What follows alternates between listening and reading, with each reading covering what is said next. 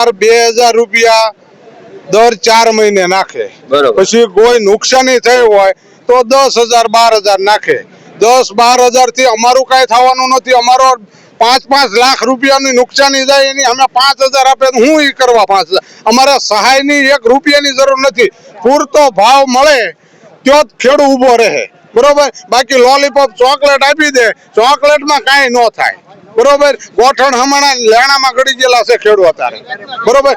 નથી એમાં વીમા હરખા મળતા, નથી કોઈ સહાય હરખી મળતી, બરોબર। હવે 11,000 ને 12,000 હેક્ટર દીઠ 11,000 એવું આપે કપાસમાં ગયા વર્ષે, બરોબર।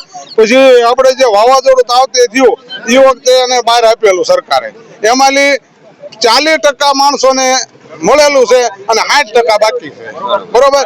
હવે ખેડૂતનું જે આગેવાની લઈને જે ખેડૂતનો દીકરો આગેવાન થઈને બહાર આવે છે એને જેલમાં નાખી દેવામાં આવે, એટલે આ સરકારની તાનાશાહી છે। હાલની અંદર કૃષિ મંત્રી જીતુભાઈ વાઘાણીએ પણ કાલે જાહેર કરી દરેક ખેડૂતો જે છે જેનો પાક નિષ્ફળ ગયો છે એમને પૂરું વળતર આપવામાં આવશે, તો તમે શું કહેશો એ અંગે? અત્યારે નિષ્ફળ ગયેલો છે, બરોબર। હજી 15 દિવસ પછી આવશે કે તમારા ખેતરની અંદર આ પાક નહોતો, બરોબર। આવું બને જ્યારે આ વસ્તુ બને કે હાલો વરસાદ આવ્યો, વાવાઝોડું આવ્યું, એટલે 2 થી 3 દિનની અંદર સર્વે થાય તો જ એમાં ખબર પડે। બાકી પછી તો એમાં સિંગુ વીણીને આપીએ ને કે અમારા સિંગુ હતી 15 દિવસ પછી આવે ને તો એ આમ કે તમે વેરી દીધી, બરોબર। આવું છે બધું, બધી રીતે આ રીતે ખેડૂતને હેરાન કરો। અને એક બ્લેડ 2 રૂપિયાની બ્લેડ મળે છે, બરોબર। એના 2 કટકા કરે છે, એનું સંગઠન છે। આ ખેડૂતનું સંગઠન નથી ને એટલે ખેડૂત હેરાન થાય છે, બરોબર।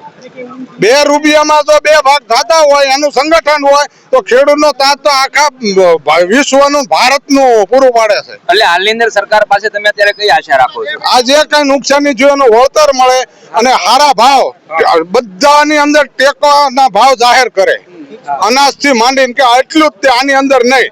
પછી અહીંયા વસ્તુ લઈને આવ્યા, કપાસ લઈને આવ્યા, બરોબર, કપાસ ખરીદાણો, પછી ન્યા જઈને જીનમાં હોય કે ગમે કોઈ વેપારી રાખે ત્યાં તમે જાઓ એટલે એમ કે આમાં ફલાણું છે, ઢીકડું છે, લોકડું છે, એમ કરીને 100-200 રૂપિયા કાપે તો એ વખતે માથું અંદર ફરવીને જોઈ લેતા હોય તો એટલે મુદ્દો કહેવાનો ખેડૂત તમને ના પડે છે તળિયા સુધી જોઈ લેવાની લોકો કરે છે।